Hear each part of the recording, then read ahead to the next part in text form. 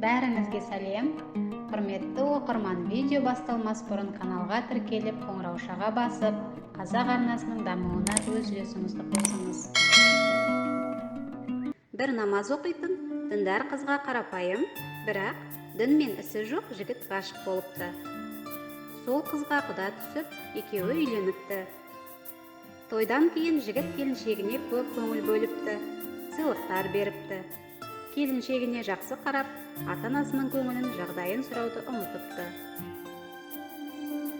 Бір күні жұмыстан келсе, келіншегі маңызды әңгімесі бар екенін айтып, бөлмелеріне шақырыпты. Сосын, маған талақ бер, сенімен ажырасуды қалаймын, депті әйел. Қалайша? Не үшін? Мен сені жақсы көремін, құрметтеймін. Көңіліңе ұнамай жатқан не?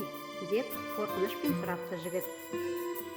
Дұрыс, маған жақсы қарайсың, сыйлықтар бересің, көңілімді көтересің, бірақ сен өз ата-анаңды ұмытып қойдың. Оларға мүлдем көңіл бөлмейсің. Қазір әлі балаларымыз пайда болмай тұрып ажырасып кеткеніміз жөн.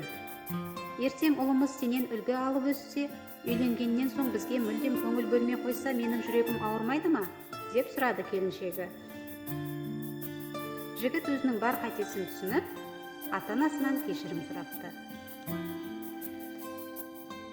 Достар, видео ұнаған болса лайк басып, каналға тіркеліп, пікіріңізді қалдыра отырыңыз. Көңіл бөліп тыңдағаныңызға рахмет. Келесі шығарылым тек сіздер үшін.